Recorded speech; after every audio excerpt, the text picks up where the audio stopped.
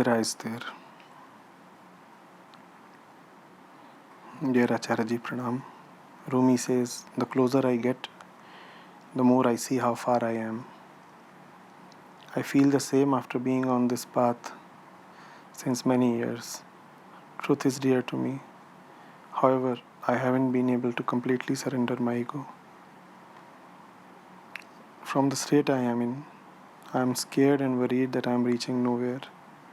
It seems too far with each step. I have this question and worry, what if I die without knowing the truth? I don't want to be left out. What is the hope of liberation for me if not in this lifetime? Am I unnecessarily worrying? Kindly help me to understand this fear. Indira, if truth is dear to you, then keep proceeding towards it. Truth is not an object where the attainment happens after the journey, suddenly at a particular point in time. That's how attainments happen in the material world. There is the journey in time, and then there comes a point in time when the journey is over and the fruit is in your hand. It's an abrupt moment, right? There is a clear discontinuity. There is a journey, and then there is a result. Correct?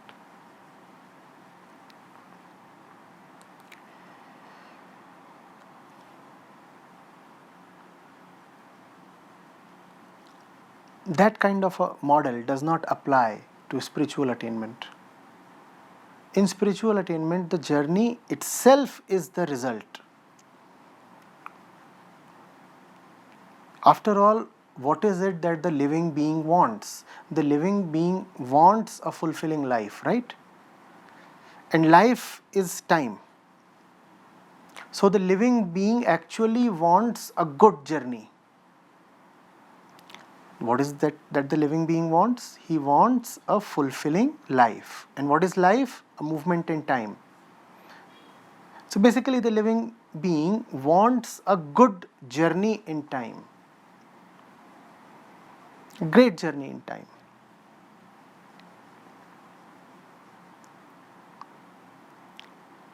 In spiritual domain, the best journey is the one that is towards the best destination.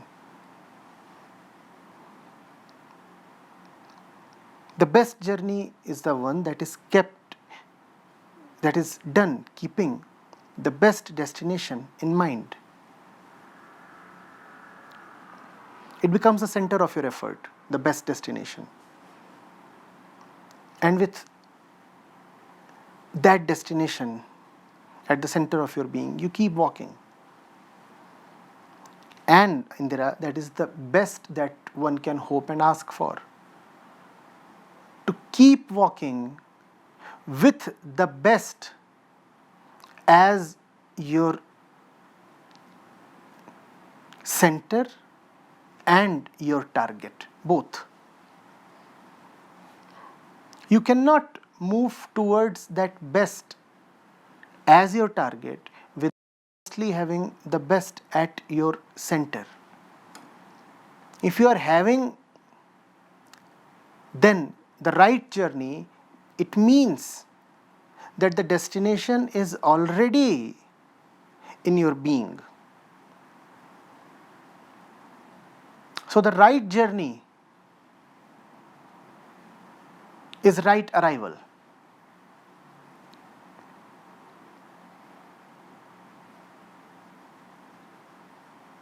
The right journey means that you are at the destination even in the middle of your journey. It's a bit strange. Be with it. The right journey means you are at the destination even in the middle of the journey. The destination won't come at the end. The destination is at the center of your being, and therefore the destination itself is guiding the journey. In the gross sense, the journey is happening. Because, one is a gross creature, physically formed. One is journeying through time. So in the gross sense, there is in fact a journey happening. Things are changing. Things are changing in a bodily sense, in a worldly sense. In the subtlest sense, there is no journey. One is already there.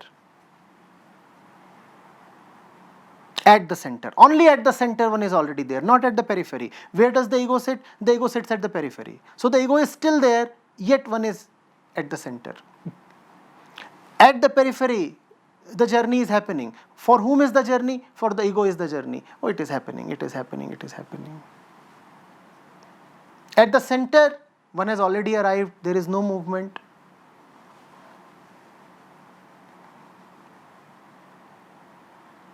And that is the best you can ask for.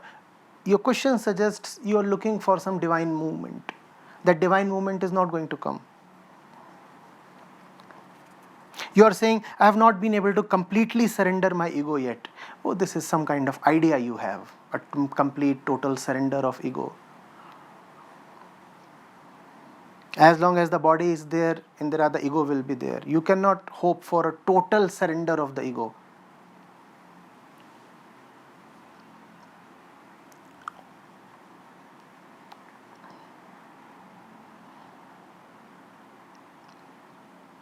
If there is a total surrender of the ego, there would be nobody left to ask this question.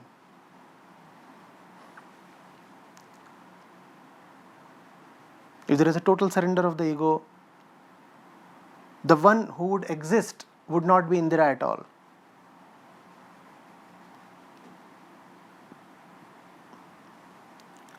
So do not ask for that.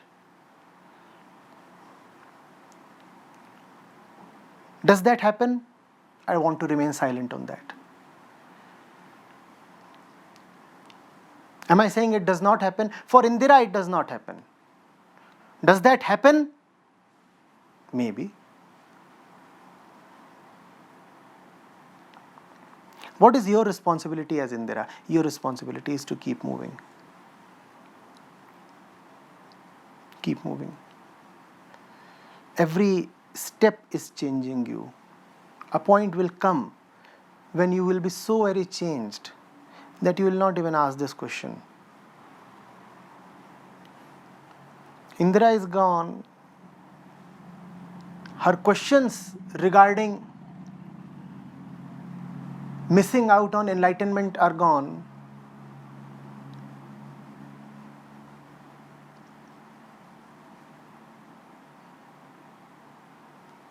Now is she missing out?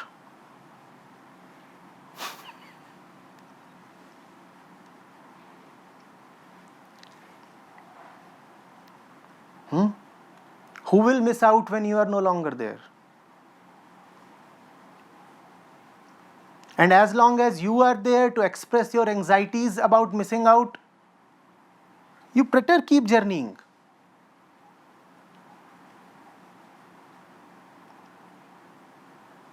That's the best you can ask for. Is that the best that can happen? I don't know. But that's the best Indra can ask for.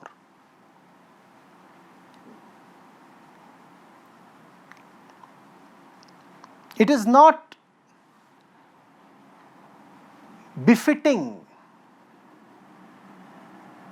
if Indra asks for enlightenment.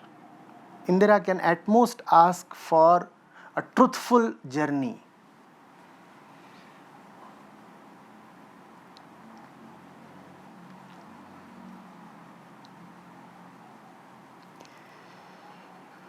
I have this question and worry. What if I die without knowing the truth?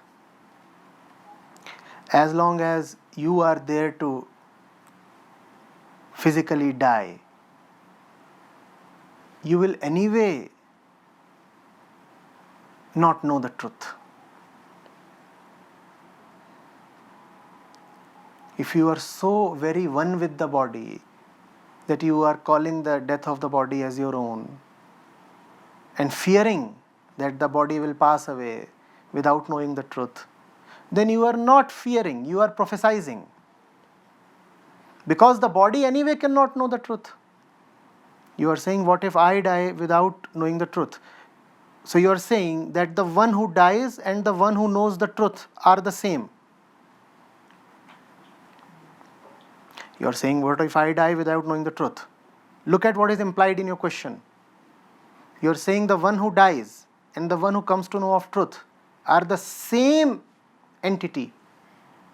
So who is the one that dies? The body. You are implying in your question that the body will come to know the truth. You better die, Indra.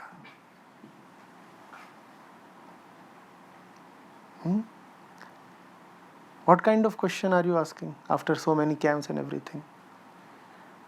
Which part of your body, which special gland or tissue will come to know the truth? Tell me, please.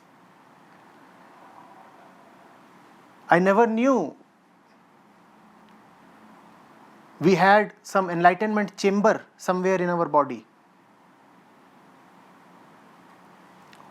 For all I know, the body is designed to eat, sleep, excrete, procreate and pass away. I never knew that the body can get enlightened as well.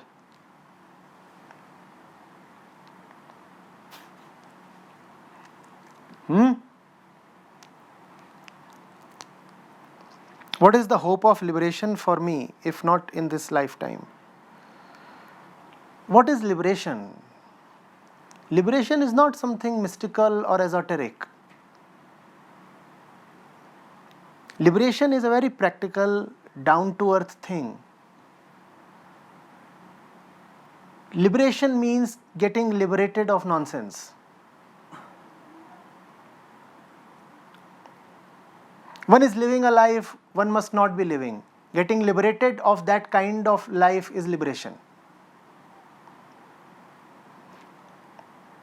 Morning till evening, one is spending in a shop one does not want to be at. Getting liberated from that shop is liberation. One's mind is full of nonsensical thoughts. Getting rid of those thoughts is liberation. Liberation does not mean something fancy, something queer, something transcendental. Liberation relates to your day-to-day living. We have had a beautiful word, Jivan Mukt.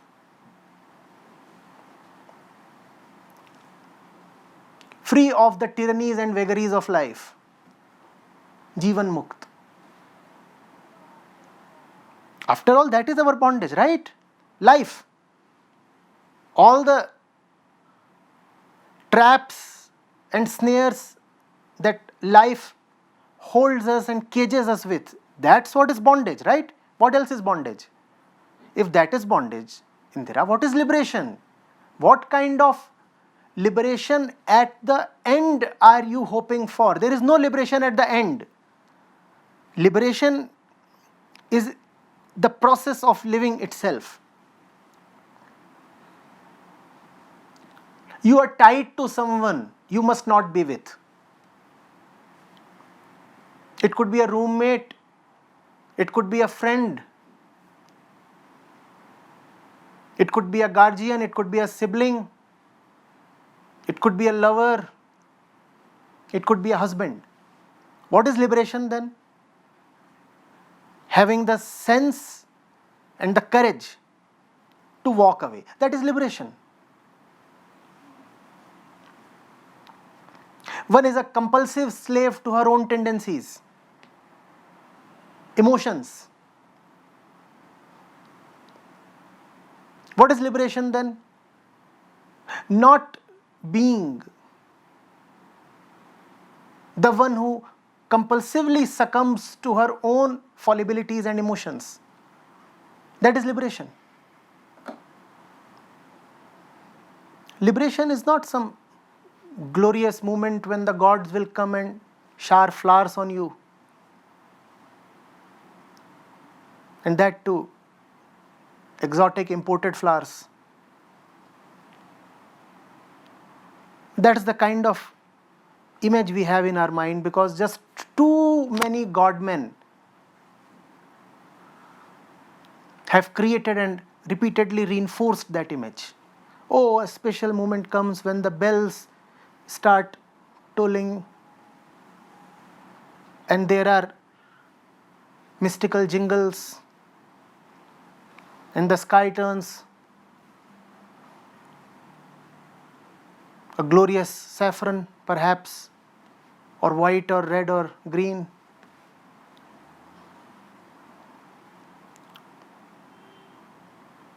And when the animals start coming and prostrating in front of you,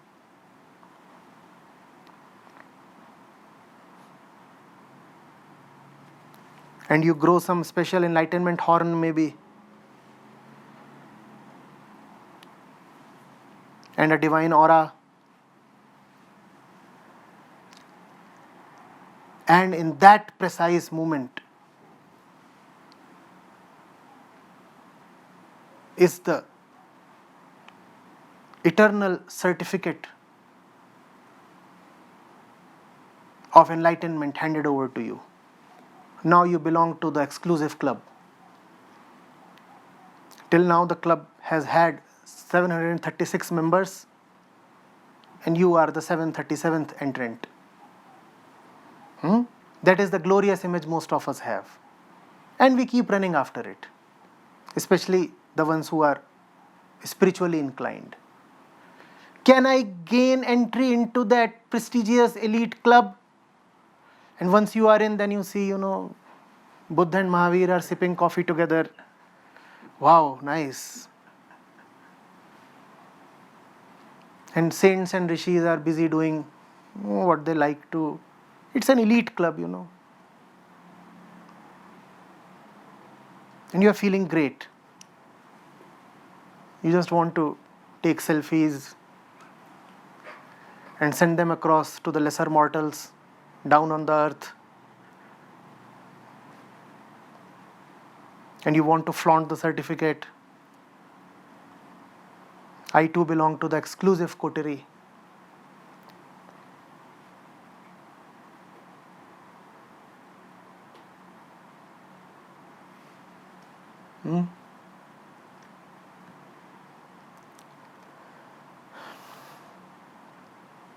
It is small things in there. If you are fat, get rid of your fat.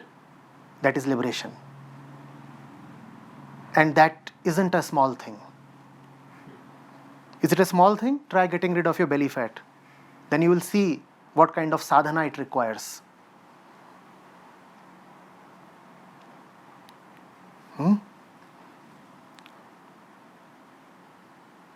If you know that you are absurdly emotional,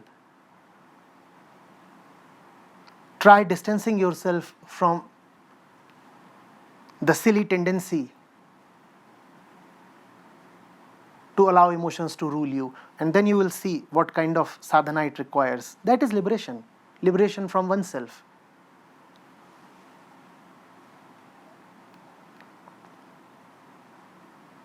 And it's continuous, continuous, continuous. That's the best that Indra can hope for.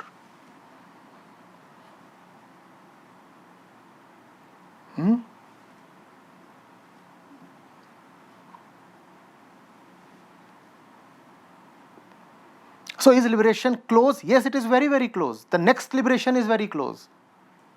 Is liberation very distant? Yes, it is very, very distant, because after the next liberation, there is one more, and then there is one more, there is one more, there is one more, and it's an endless series of liberations. Is there something called a final liberation? Not for Indra. Probably there is something called a final liberation, not for you. For Indra, there is only a succession of endless liberations, because our bondages are endless, We are layer upon layer, layer upon layer, and each layer has multiple bondages, multiple layers, endless layers. each having endless bondages. We better cut through ourselves, that is sufficient. Why ask for something ultimate? We do not even know the ultimate. What are we asking for? Instead of asking for a glorious idea, we better be more sensible and honest towards our realities. No? Instead of asking for something that we can only conceptualize, have a story about, why not we look directly at our current and real bondages? Why not work upon ourselves as we are? And that is liberation. Liberation is not about targeting some grand, mythical, transcendental liberation in the end. Liberation is about getting liberated of your bondages as they are right now.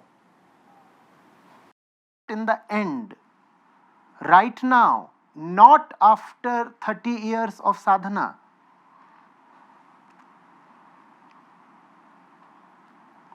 Today and tomorrow and day after, and the day after that.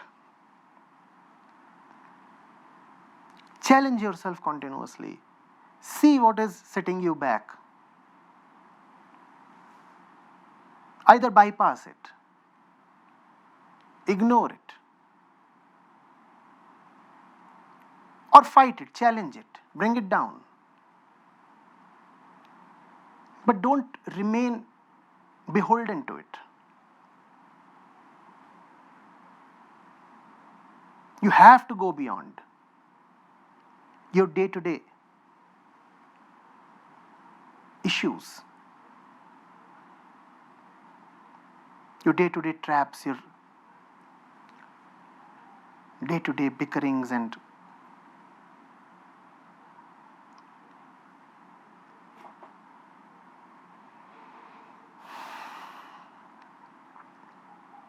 that's liberation.